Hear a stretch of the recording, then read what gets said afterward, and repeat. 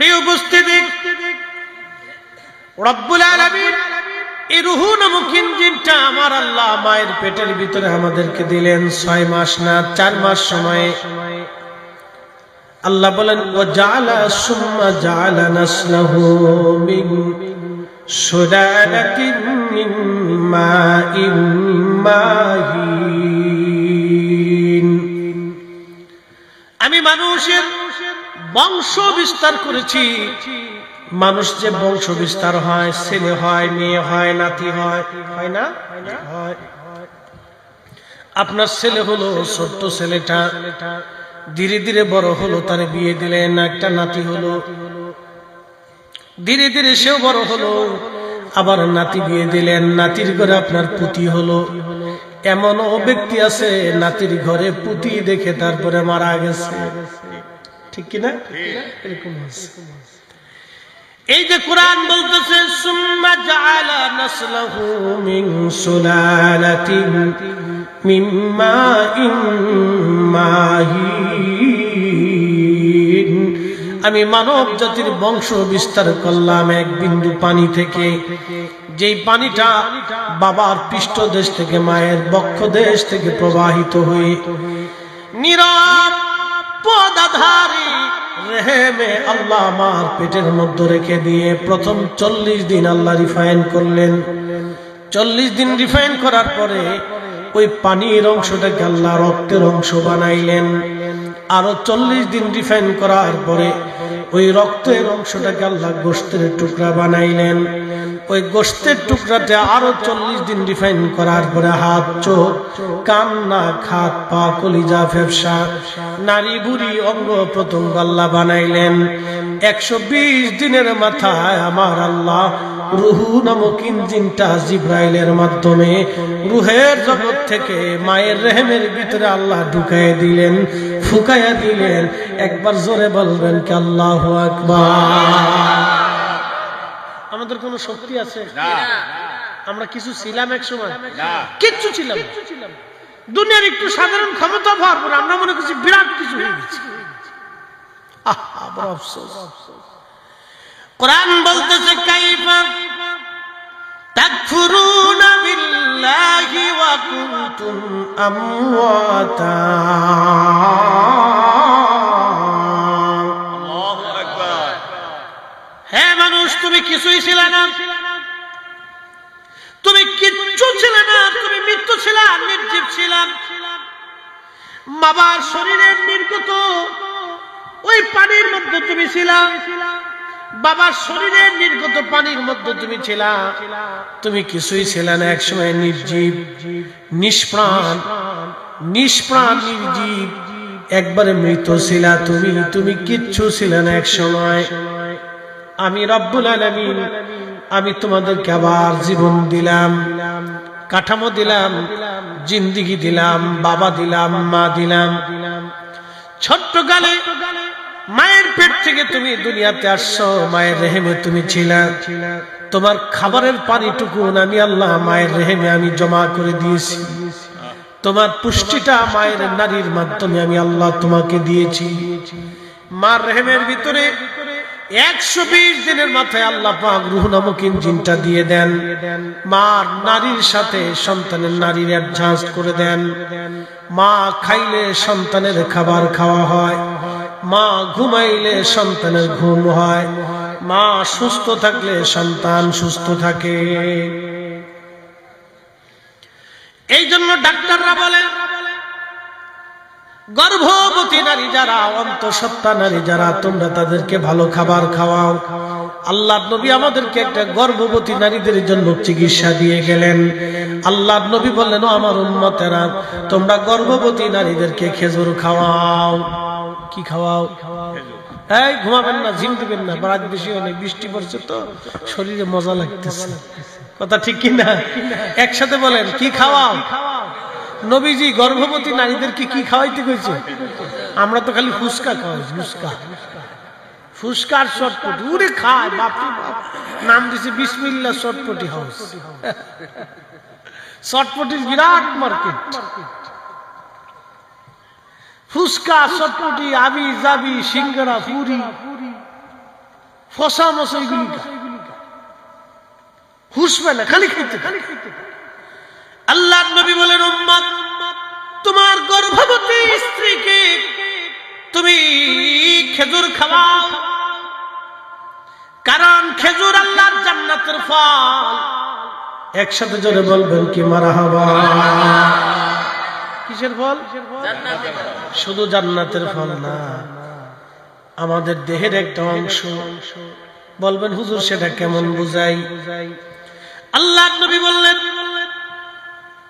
ওয়াবাদা খালকাল, কোরআন বলতেছে ওয়াবাদা খালকাল ইনসানি মিন তিন, আমি মানব জাতির সৃষ্টির সূচনা করলাম মাটি থেকে। আদম সফিউল্লাহকে আল্লাহ মাটি দিয়ে বানাইলেন। যেই মাটি দিয়ে আদমের দেহ বানানো হলো, তার অতিরিক্ত পড়ে যাওয়া মাটি থেকে আল্লাহ খেজুর গাছ বানাইছিলেন। এটা আমার বক্তব্য না, আল বেদায়াত ইমাম ইবনে কাসির আল্লাহ রসুলের বরাত দিয়ে লিখেছেন। আল্লাহ নবী বলেন, উম্মত রে তোমরা বেশি বেশি তোমাদের বাচ্চাদেরকে খেজুর খাওয়াও, গর্ভবতী নারীদেরকে খেজুর খাওয়াও, তোমরা নিজেরা খেজুর খাও, কারণ এটা আদম সফিউল্লাহর অতিরিক্ত মাটি থেকে গাছ বানানো হয়েছে। এটা জান্নাতের ফল।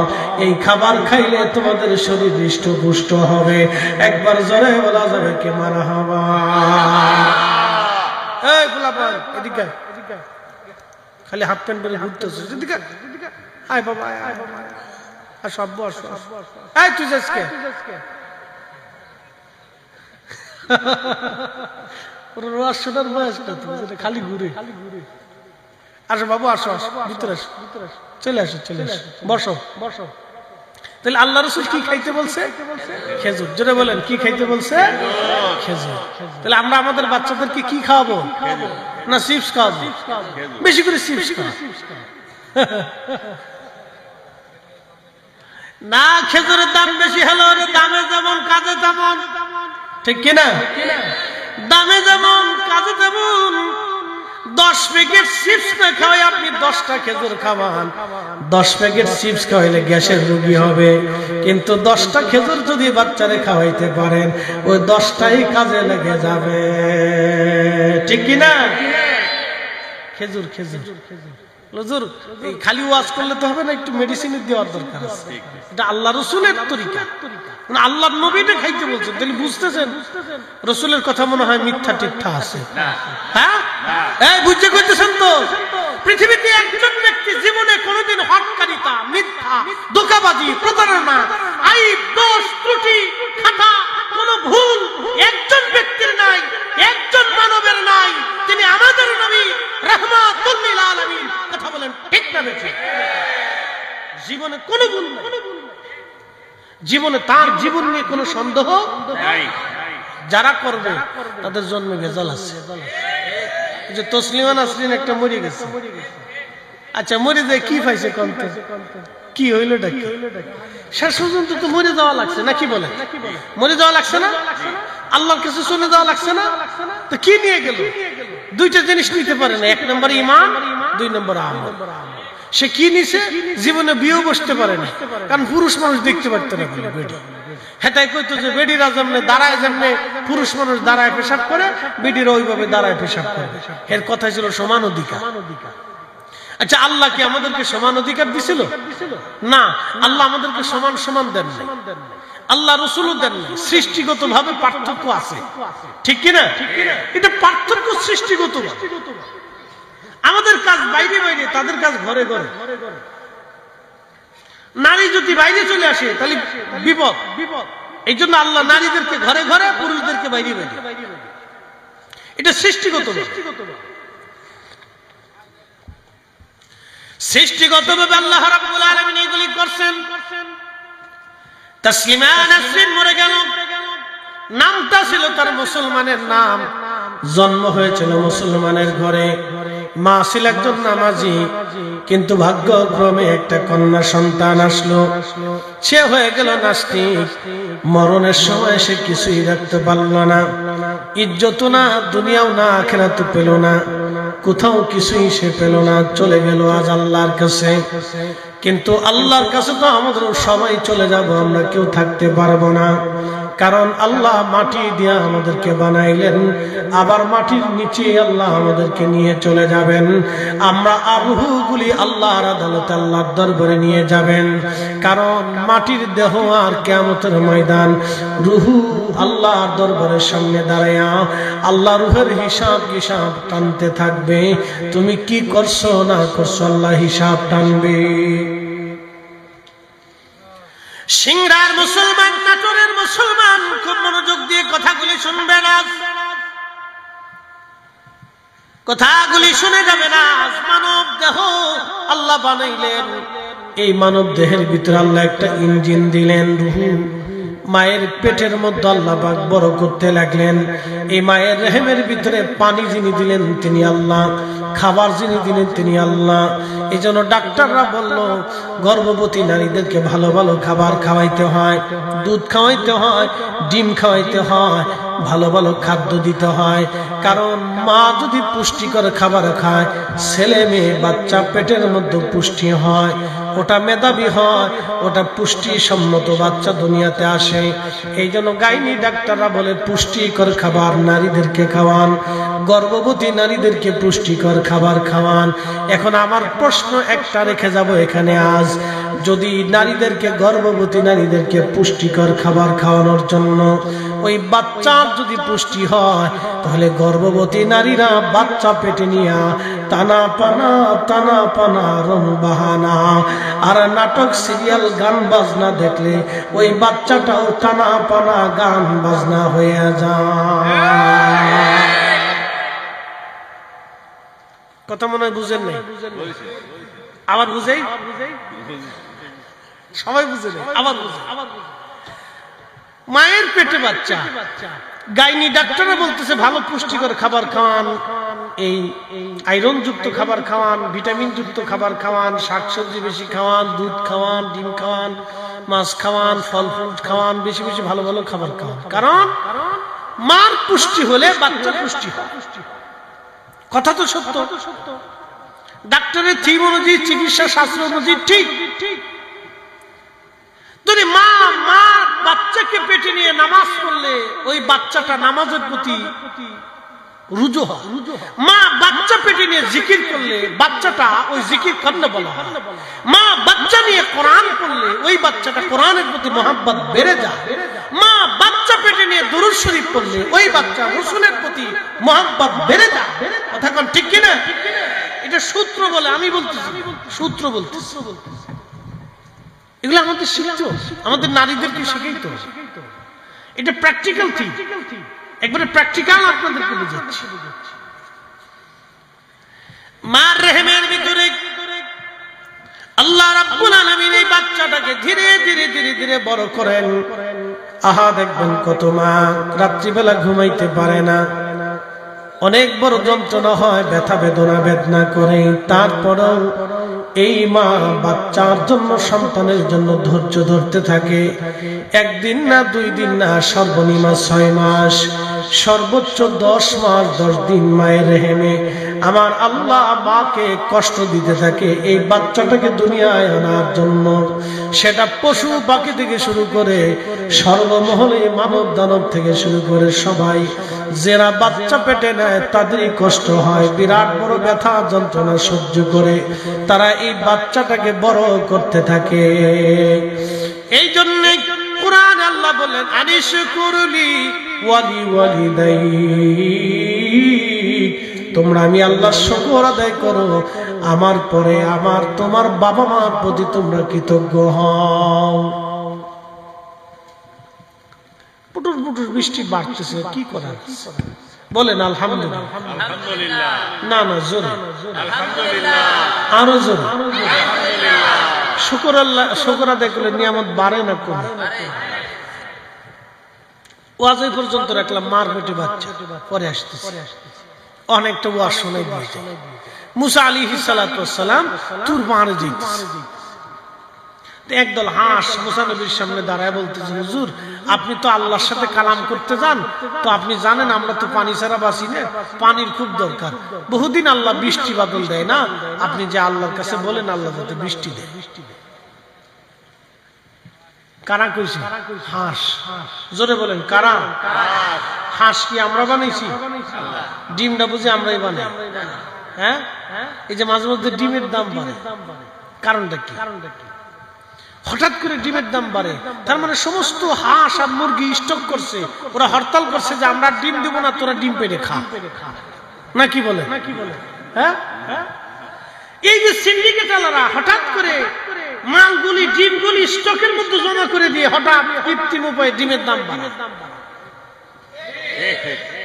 এটা আপনি ঠিক বললেও ঠিক, না ঠিক বললেও ঠিক, জায়গা মতো যা ধরেন, আমরা দায়িত্ব দেন, একবারে বাটাম চালান দিয়ে সব সোজা করে দেন। হ্যাঁ, দায়িত্ব দিয়ে দেন, আমরা আলেমদেরকে দায়িত্ব দিয়ে দেন, দেখবেন যে আমরা একবারে 7 দিনে বাটাম চালান দিয়ে একবারে সব সোজা করে দিই। এমন চালান দিব যে বাপের জীবনে এরকম চালান কোনোদিন খাইছে না। ওরা বড় বড় ওই কি বলে স্টক হাউস আছে, এটার ভিতরে ডিম ঢুকাই দিয়ে এরপরে মানে কৃত্রিম ভাবে দাম বাড়াই দিয়ে দিল, বাস হয়ে গেল দেশে ডিম। মানে বুঝাইতেছে যে হাঁস মুরগি সব ডিম পাড়া বাদ দিয়ে দিচ্ছে। কি মনে হয় আপনাদের? ডিম পাড়া কি বন্ধ হয়েছে?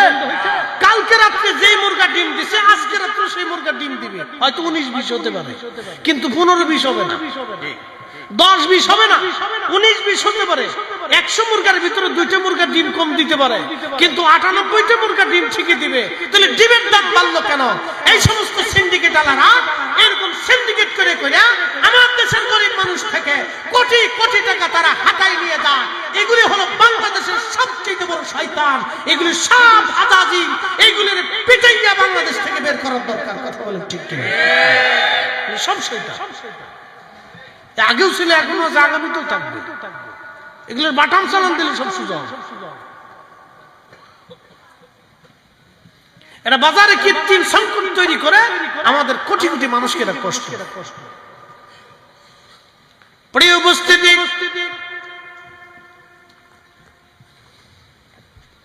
বুঝতে অসুবিধা?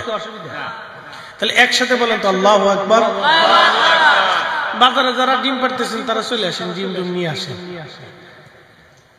শুনুন, যারা ঘুরতেছেন তারা দুনিয়ারটা পাচ্ছেন না, আখিরাতেরটা পাচ্ছেন। বাবা যে আমরা এখানে বসে কিছু সময় বসলে আমাদের লাভ আছে, ঠিক কিনা? আমাদের লাভ আছে। শোনেন, মাহফিল একটা সংগঠন সাজায়, সবাই কিন্তু কোরআন হাদিসের কথাই বলে, কথা ঠিক কিনা? সবাই কিসের কথা বলে? কোরআন হাদিসের কথা বলে। একটা সংগঠন, একটা দরবার, একটা এলাকা, একটা মসজিদ, কোন ব্যক্তি কেন্দ্রিক বা এলাকা ভিত্তিক প্রোগ্রাম সাজানো হয়, উলামা ইকরাম আসে, তারা কথা বলে। প্রোগ্রামে কিন্তু হাজী আব্দুল সামাদ ওয়াজ করতেছে না, ওয়াজ কিন্তু ফরিদি সাহেবই করতেছে। আর ফরিদি সাহেব জানে যে কোরআন হাদিস থেকে ওয়াজ করতে হবে, কোরআন হাদিসের বাহিরে যাওয়ার কারো সুযোগ আমাদের নাই, কথা ঠিক কিনা? আচ্ছা বলেন, মসজিদে বসে কি গান গাওয়া যায়? বিড়ি বুড়ি খাওয়া যায়, দু একটা টান টুন দিয়ে বিসমিল্লাহ আউযুবিল্লাহ খাওয়া যায়, সুযোগ আছে না? তাহলে মসজিদে কি কাজ হয়? আল্লাহর জিকির হয়, নামাজ হয়, রোজা হয়, শরীয়ত সম্মত। ঠিক মাহফিলেও এরকমই মনে হয়, আমরা এসে বিসমিল্লাহকে বিড়ি দুটো টান দেখলাম যে আসেন আপনারাও খান, আমরাও খাই, নাকি বলেন? সুযোগ আছে? এরকম কোন সিস্টেম আছে না? কোন সিস্টেম নেই। এখানেও কোরআন হাদিসের বাহিরে কিছু বলার সুযোগ কারোই নাই। সে যেই মতের হোক, যেই দলের আলেম হোক, সবারই একই বক্তব্য থাকবে, কোরআন এবং সুন্নাহ, এর বাহিরে যাওয়ার আর কোন রাস্তা নাই। এক বাক্যে শেষ। তো খুব মনোযোগ দিয়ে, মুসা আলাইহিস সালাতু ওয়াস সালাম যাচ্ছে, তো হাঁসের দল এসে বলতেছে যে বৃষ্টি বৃষ্টি নাই, আমাদের খুব কষ্ট হয়, আপনি আল্লাহকে বলেন যে আল্লাহ আমাদের বৃষ্টি। আল্লাহর পয়গম্বর মুসা আলাইহিস সালাম রওনা হয়ে গেলেন তুর পাহাড়ে, খোদার সঙ্গে তিনি কালাম করতেন। মুসা আলাইহিস সালাম কালামের জন্য চলে গেলেন। যাওয়ার পরে আল্লাহর সঙ্গে কালাম হলো। মুসা আলাইহিস সালাম আল্লাহকে ডাক দিয়ে বলেন, রাব্বি, আপনার একদল মাখলুক হাঁস, পানি ছাড়া ওরা চলতে পারে না, কষ্ট হয়। ইয়া রাব্বি, ও বহুদিন হলো মিশরের জমিনে বৃষ্টি হয় না, আল্লাহ বৃষ্টির বড় দরকার, আপনি দয়া করে হাঁসের দিকে তাকায় আমাদেরকে বৃষ্টি দেন। আল্লাহ ডাক দিলেন, মুসা, আমি রাব্বে কারিমের বাজেটে আগামী 1 মাসের জন্য মিশরের জন্য কোনো বৃষ্টি নাই। কি মনে করছেন আল্লাহর বাজেট নাই? হ্যাঁ, আপনি পান খাবেন না চুন খাবেন, আল্লাহর বাজেট দেওয়া আছে। বাঙালি, ভারতীয়, পাকিস্তানি পান খায়, সারা পৃথিবী তার কোথাও পান পাবেন না। সুবুরিও পাবেন না, এরাই বেশি খায়। অন্য কোথাও পান খালি হ্যাঁ কি খাচ্ছে। কোরিয়াতে যায় দেখেন কুত্তা চকচক করে, চেহারা চকচক, খুব মেধাবী, খুব স্বাস্থ্যবান, দেখলে বিশ্বাস হবে না যে এই ছেলেটা কুত্তার গোশত খাচ্ছে, কিন্তু খুব মেধাবী, ইউনিভার্সিটির ডক্টর, কুত্তার গোশত খাচ্ছে, সাপের গোশত খাইছে, ওরা ওইভাবে বড় হয়েছে। আপনাদের সামনে যদি কুত্তা জবাই করে নিয়ে আসা বলা হয়, ভাই রে আজকে ওই ভারত থেকে একটা বিলাতি কুত্তা আইনা সুন্দর করে জবাই দিয়ে একবারে ফেরাই টেরাই করে কালাবোনা বানাইয়া তোমারে দিলাম, তুমি বিসমিল্লাহ বলে খাও। কোন মুসলমান বুঝ থাকা সত্ত্বেও ওই গোশত জীবনও খাবে না। কথা বলেন ঠিক কিনা? কিন্তু যদি বলা হয় বাইরে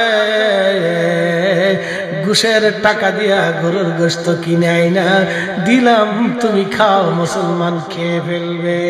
তাই কুত্তার গোশত যেমন হারাম, ঘুষের টাকা দিয়া গরুর গোশত একই রকম হারাম। কথা কর ঠিক কিনা? একই রকম হারাম, কোন তফাৎ নেই। কুত্তার গোশত যেমন হারাম, ঘুষের টাকা দিয়ে, সুদের টাকা দিয়ে, দুর্নীতির টাকা দিয়ে, মানুষের অর্থ মেরে দিয়ে, জমিন মেরে দিয়ে, মানুষের টাকা মেরে দিয়ে, ওই টাকা দিয়ে গরুর গোশত কিনে, খাসির গোশত কিনে খাওয়া একই রকম হারাম, কোন তফাৎ নাই। কিন্তু মানুষ এটাই খায়, খুব খাচ্ছে। আরে সার ভিতর ভাঙি যা, আল্লাহ বরকত দিয়ে দিচ্ছে, যা বেশি বরকত দিচ্ছে আল্লাহ। তুমি খালি চা খায় না, আমার বৃষ্টির পানিটাও খাও। যাক আলহামদুলিল্লাহ, বৃষ্টি আল্লাহর রহমত। আজকে বলি মুসা আলাইহিস সালামের কাছে যাচ্ছি, আগে বলে দিয়েছে আল্লাহ রাসূল বলছেন তোমাদের কাছে 4টে জিনিস যাবে, কিন্তু আমার উম্মত 4টের কারণে বেজার হয়। 1 নম্বরে কারো বাড়ি মেয়ে জন্ম হইলে ওই পুরুষ বেজার হয়। দেখেন অনেক পুরুষ আছে, কে হয়েছে রে, এরে তোর না বাচ্চা হয়েছে, হসপিটাল কি অবস্থা, হয়েছে মেয়ে হয়েছে, মিষ্টি খাওয়াবি না, পরে খাস। মানে ও খুশি না, ওর কপালে ঠাড়া পড়ছে। কি কথা কর না কেন? আল্লাহ রাসূল বলছেন তোমার ঘরে যদি মেয়ের জন্ম হয় তাহলে বুঝবা আল্লাহর রহমত হয়েছে। কি আসছে? আল্লাহর রহমত পাঠাইছে। আল্লাহর নবী আরো বললেন তোমার ঘরে যদি মেহমান আসে তাহলে বুঝবা আল্লাহর রহমত পাঠাইছে। বলে কারণটা কি? মেহমানের বদৌলতে বাড়ি ঘরে একটু ভালো রান্না বান্না হয়। মেহমান কিন্তু আমার খাবার খায় না, মেহমান তার তকদির একটা শেখা। কথা ঠিক কিনা? আপনারা এখানে আসছেন, হাজী আব্দুল সামাদ ভাই আপনাদের জন্য একটু মেহমানদারি ব্যবস্থা করছে না? এইদিকে সামাদ সাহেবেরটা আপনি খাবেন না? না না, আপনার তকদিরে যেটা আছে আপনারে ওনার মাধ্যমে আল্লাহ খাওয়াইতেছে।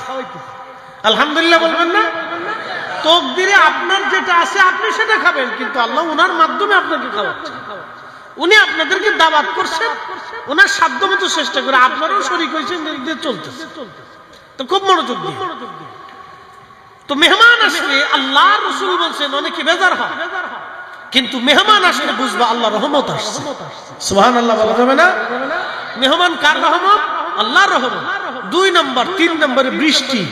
যদি বৃষ্টি আসে তাহলে বুঝবা আল্লাহ রহমত পাঠাইছে। একসাথে বলবেন না আল্লাহু আকবার।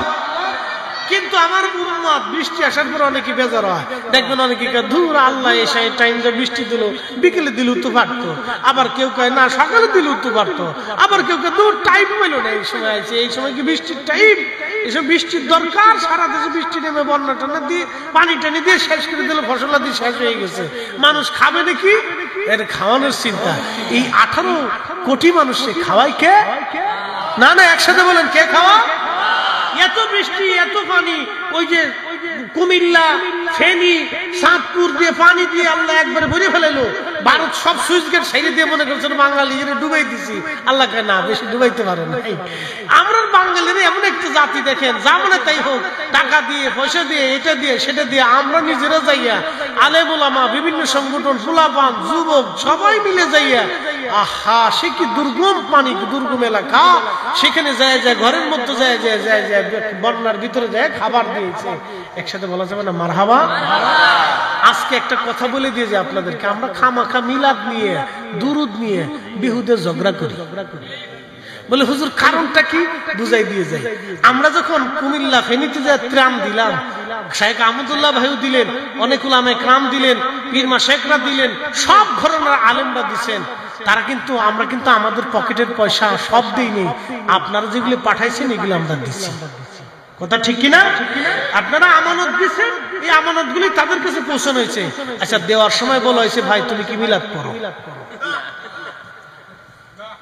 জোরে জোরে কোন? আমরা দেওয়ার সময় কইছি তুমি মিলাদ পড়োনি। যদি মিলাদ পড়ো তাহলে দিব, আর যদি না পড়ো তাহলে দিতাম না। এরকম কোন সুযোগ আছে? আমরা সবাই দিয়ে আসছি। আর যারা মিলাদ পড়ে না তারা কি কইছে যে ভাই তুই যদি মিলাদ পড়িস তাহলে তোরে দেব না, নাকি এরকম ছিল?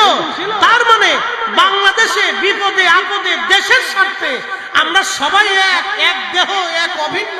কথা বলেন ঠিক কিনা? একটা দেহ একটা অভিন্ন, এইভাবে আমরা মিলেমিশে থাকাটা উচিত। কেউ যদি মিলাদ পড়ে পড়ুক, নিষেধ করার দরকার নাই। কেউ যদি না পড়ে তার জোর করার দরকার নাই। কি কথা ঠিক আছে না আমার? কেউ যদি না পড়ে তাহলে তারা জোর করেন, যাই বেটা পড়লি নাকি আজকে তোর ঘুষামো, তোর খাবার টাবার দিব না আজকে। আচ্ছা, নামাজ না পড়লে কি আল্লাহ খাবার বন্ধ করে দেয়? বুঝতে কইছেন না? না বুঝতে কইছেন? এই যে 200 কোটি মানুষ আল্লাহরে মানে, বাকি 600 কোটি মানুষ আল্লাহরে মানে না, তাদের খাবার টাবার আল্লাহ বন্ধ করে দিছে, অক্সিজেন বন্ধ করে দিছে। তো আল্লাহ যদি তাদের খাবার বন্ধ না করে তাহলে তারা মিলাদ করে না, তাদের সাথে আমার সম্পর্ক বন্ধ করতে যাব কেন? তাদের সাথে আমি ঝগড়া করতে যাব কেন? তাদের খাবার বন্ধ করব কেন? তার তাবারক দিব না কেন? এগুলি আমাদের জন্য না। আমরা মিলেমিশে থাকাটাই ইসলাম, মিলেমিশে থাকাটাই দ্বীন। আমরা সবাই ধর্ম একটাই, হয়তো মুস্তাহাব নিয়ে একটু মতানৈক্য থাকতে পারে, এগুলো নিয়ে ঝগড়া ফাসাদ বাড়ানো অনুচিত। কথা বলেন ঠিক কিনা? আল্লাহ আমাদের বুঝার তৌফিক দিক, সকলে বলে না আমিন। প্রিয় উপস্থিতি, খুব মনোযোগ দিয়ে এটা বিষয় নিয়ে পরে আলোচনা করবো, আরো বিশদ আলোচনা আছে, এটা পরে সুযোগ হলে করবো নি, যদি মনে থাকে। তো যাই, আমি জায়গা মতো চলে যেতেছি, মুসা আলাইহিস সালামের কাছে চলে যাই। তো মুসা আলাইহিস সালাম আল্লাহকে ডাক দিয়ে বলতেছে, আল্লাহ বৃষ্টি দেন। আল্লাহ বলেন আগামী 1 মাসে বাজেট নেই। আল্লাহর নবী মুসা আলাইহিস সালাম তিনি চলে আসছেন। হাসের দলেরা ডাক দিয়ে বলতেছে, হে আল্লাহর নবী কি সংবাদ নিয়ে আসছেন? মুসা আলাইহিস সালাম ডাক দিলেন, হাসেরা আমার রব আমার আল্লাহ বলে দিয়েছেন আগামী 1 মাসে মিশরের জমিনে কোনো বৃষ্টি বাজেট নাই। তখন হাসের দলেরা, সব হাসের দলেরা একসঙ্গে এক বাক্যে তারা বলতে লাগলো, আমার সাথে পড়েন, আলহামদুলিল্লাহি রাব্বিল আলামিন। একসাথে পড়েন, আলহামদুলিল্লাহি রাব্বিল আলামিন। সমস্ত প্রশংসা সে আল্লাহর জন্য, যে আল্লাহ, যে মালিক আমার রব আমার আল্লাহ। সমস্ত প্রশংসা সে আল্লাহর জন্য, যিনি সমস্ত জগৎ সমূহের রব, সমস্ত জগৎ সমূহের যিনি লালন পালন করনেওয়ালা। হযরত মুসা নবী যখন বলে দিলেন হাস বৃষ্টি আর আসবে না, আল্লাহ পাক আগামী 1 মাসে বৃষ্টি দিবে না, হাসেরা আল্লাহর প্রশংসা করতে লাগলো, আল্লাহর শুকর আদায় করতে লাগলো। মুসা আলাইহিস সালাম বাড়ির দিকে চলে যান। ঠিক এমন সময় আকাশে লক্ষ্য করে দেখলেন আকাশে মেঘ জমে গেছে, বিজলি চমকাইতেছে। কিছু সময় পরে দেখলেন নজরে দাঁড়ায় আল্লাহ রহমতের বৃষ্টি নামা শুরু হয়ে গেছে। একবার জোরে বলবেন কি আল্লাহু আকবার। অঝর ধরে আল্লাহ বৃষ্টি শুরু করে দিলেন। হযরতে মুসা আলাইহিস সালাম দেখলেন বৃষ্টি নামতে নামতে নামতে নামতে একেবারে হাঁটু পর্যন্ত পানিতে ডুবে গেল, এত পরিমাণে বৃষ্টি। ওই হাঁসের দল সাঁতরায়া সাঁতরায়া আল্লাহর পয়গম্বরের সামনে দাঁড়ায় বলেন, মুসা গো, আপনি না বললেন আগামী 1 মাসে বৃষ্টি হবে না, কিন্তু আল্লাহ বৃষ্টি দিয়া হাঁটু পর্যন্ত ডুবাই দিল, কারণ কি?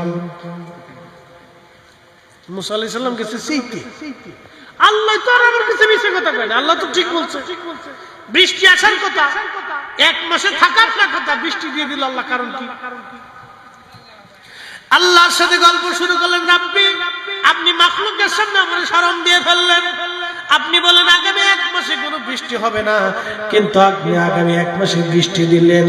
বৃষ্টি 1 মাস আসার আগে আপনি হাঁটু পর্যন্ত বৃষ্টি দিয়ে ভরে দিলেন। কারণ কি? হযরত মুসা আলাইহিস সালামকে আল্লাহ ডাক দিলেন, মুসা রে, বৃষ্টি না পাওয়ার সংবাদ পাওয়ার পরে আমার হাঁসেরা কি বলেছিল? মুসা আলাইহিস সালাম বলেন, আলহামদুলিল্লাহি রাব্বিল আলামিন। তারা বলেছিল সমস্ত প্রশংসা সে আল্লাহর, যিনি সমস্ত জগৎ সমূহের রব। আল্লাহ ডাক দিয়ে বলেন, মুসা বৃষ্টি দেই নাই, বৃষ্টি না পাওয়ার পরেও যারা আমি আল্লাহর শুকর আদায় করলো, আমি আল্লাহর প্রতি কৃতজ্ঞ হয়ে গেল, মুসা রে আমি কি আর বৃষ্টি না দিয়ে পারি? আমার রহমতের দরিয়ায় জোশ লেগে গেল। সেই জন্য আমি মালিক, আমি আল্লাহ তাদেরকে বৃষ্টি দিয়ে আমার মাখলুকের কলিজা ঠান্ডা বানাই দিয়েছি। জোরে বলবেন আল্লাহু আকবার। আল্লাহু আকবার।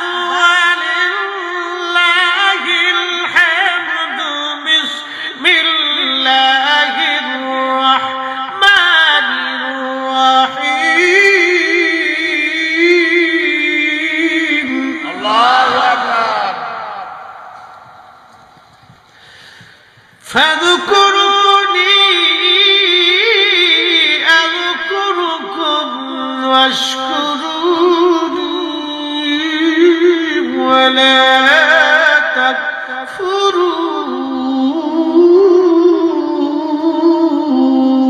الله أكبر رب العالمين আমাদেরকে ডাক দিয়ে বলেন, হে বান্দারা তোমরা আমি আল্লাহকে স্মরণ করো, আমি আল্লাহ স্মরণ করব, আর আমি আল্লাহর শুকর আদায় করো, নাফরমানি করিও না। শুকরিয়া আদায় করো, নাফরমানি করিও না। শুকর আদায় করো, কৃতজ্ঞ হও, কৃতজ্ঞতা আদায় করো। প্রশ্ন রাখবেন, ফরিদ হুজুর কৃতজ্ঞতা কি? হাইয়া আলাস সালাহ বলার পরে আপনি নামাজের কাতারে যাওয়াটা হলো কৃতজ্ঞতা। মাহে রমজান আসার পরে রোজা রাখাটা হলো কৃতজ্ঞতা। হজের তৌফিক আল্লাহ দিয়েছেন। হজের তৌফিক কি? আমাদের দেশে অনেকের হজের তৌফিক আছে, হজ করে না। হজের তৌফিক হলো মক্কা মদিনায় যাওয়া আসার খরচ, এবং যতদিন মক্কা মদিনাতে থাকবেন তত সময় আপনার ফ্যামিলির খরচ দিনাদায়িক মুক্ত রেখে, ঋণ মুক্ত রেখে হজে যাওয়া আসার খরচা, এবং ওই সময় পর্যন্ত আপনার ফ্যামিলির খরচা, এটা দিয়ে যদি আপনি দেখেন আপনার হজ করার সামর্থ্য আছে, তাহলে প্রত্যেক মুসলমানের জন্য হজ করা ফরজ। যেমন বাংলাদেশে 7 লক্ষ টাকা হলে হজ করা যায়। 7 লক্ষ টাকা আপনার হয়ে গেল হজ করার জন্য। আপনি 40 দিন মক্কা মদিনাতে থাকবেন, ওই 40 দিনের ফ্যামিলির খরচা আপনি রাখবেন, এবং আপনাদেরকে আরো বলে দিয়ে যায় কোনো দিনাদায়ক ঋণ আপনার থাকবে না। একেবারে ঋণ মুক্ত করে আপনার 7 লক্ষ টাকা আসা যাওয়া হজ করার খরচা, আর বাড়িতে ওই 40 দিন থাকা খাওয়ার খরচা সন্তান স্ত্রীর।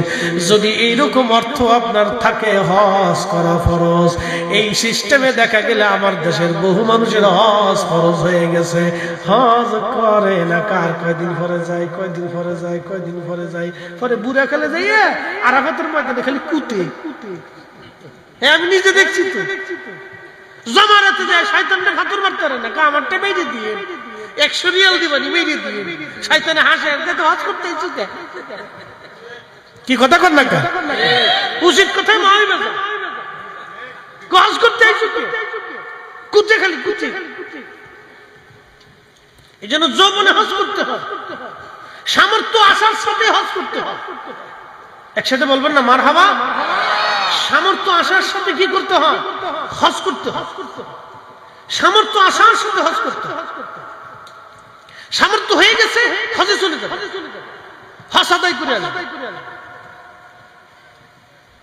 চলবে না বন্ধ করে দিন? হ্যাঁ, বৃষ্টি পড়তেছে, চলবে? তাহলে একসাথে বলেন তো আল্লাহু আকবার। না, আল্লাহ আমারও দিতেছে, আমার কোষের ভিতরেও দিতেছে। আল্লাহ আল্লাহ আমার কোষের ভিতরেও দিতেছে। দিক, আল্লাহ দিয়ে যদি খুশি দেয় তার পাই। হ্যাঁ, সাথী লাগবে? দর সাথী, আজকে সাথী ধরে ওয়াজ করবে। একসাথে বলে নারে তাকবীর। হ্যাঁ চলে আসেন, সবাই চলে আসেন, সাথী ধরে আজকে ওয়াজ হবে। নাটোরে ব্রেক ফেলে যায়, অসুবিধা নাই। রাজশাহীতে করে ওয়াজ করছিলাম গত বছর, আর সর্বনাশ। আল্লাহ ও ছিলেন আপনারা না? মাশাআল্লাহ মাশাআল্লাহ। রাজশাহীতে বৃষ্টি, ওই দিন দেখা গেছে। শোনেন, আপনাদেরকে একটা আজকে কথা বলি, আমাদের জীবনের আমলে তো আমাদের দুর্বল আছে না ভাই? আমলে আমাদের কি আছে? দুর্বলতা আছে। কিন্তু একটা মনে রাখবেন যে কোন সময়ের ইবাদতটা একই দৃঢ় বিশ্বাসটা আল্লাহ কবুল করবে আমাদের কারো জানা নাই। এই জন্য যাহা করবেন ইখলাসের সাথে, দৃঢ়তার সাথে। এই যে শোনেন, এই যে মিলাদ কি এমনি আমরা বেহুদা একটা ঝগড়া করি, আমরা যখন ইয়া নবী সালাম আলাইকা বলে দাঁড়াই, তখন আমরা দৃঢ়তার সাথে রাসূলের সম্মানে নবীকে সালাম দেই। কথা কর না কেন, ঠিক কি না? অনেক ভাইদের দৃষ্টিতে এটা বেদাত হতে পারে, এটা তার দৃষ্টিভঙ্গি, ওটা আমার কিছু করার নাই, ওটা আমার কিছু করার নাই। তার দৃষ্টিতে, আমার ওই ভাইয়ের দৃষ্টিতে এটা বেদাত হতে পারে। কিন্তু আমি যে দাঁড়াইছি কার সম্মানে? আল্লাহ রাসূলের সম্মানে। আমি যে সালাম দিছি কাকে দিছি? আল্লাহর নবীকে দিয়েছি। ওটা ইখলাসের সাথে দিয়েছি, ইয়াকিনের সাথে দিয়েছি, দৃঢ় বিশ্বাসের সাথে দিয়েছি। কথা বলেন ঠিক না বেঠিক? আমল যদি ছোট হোক, কিন্তু এটার ভিতরে যদি ইয়াকিন থাকে, নিয়ত পরিশুদ্ধ থাকে, তাহলে এটা বরকত। আল্লাহ আমাদেরকে বোঝার তৌফিক দিক বলে না। একটু দরুদ শরীফ পড়ি। আল্লাহুম্মা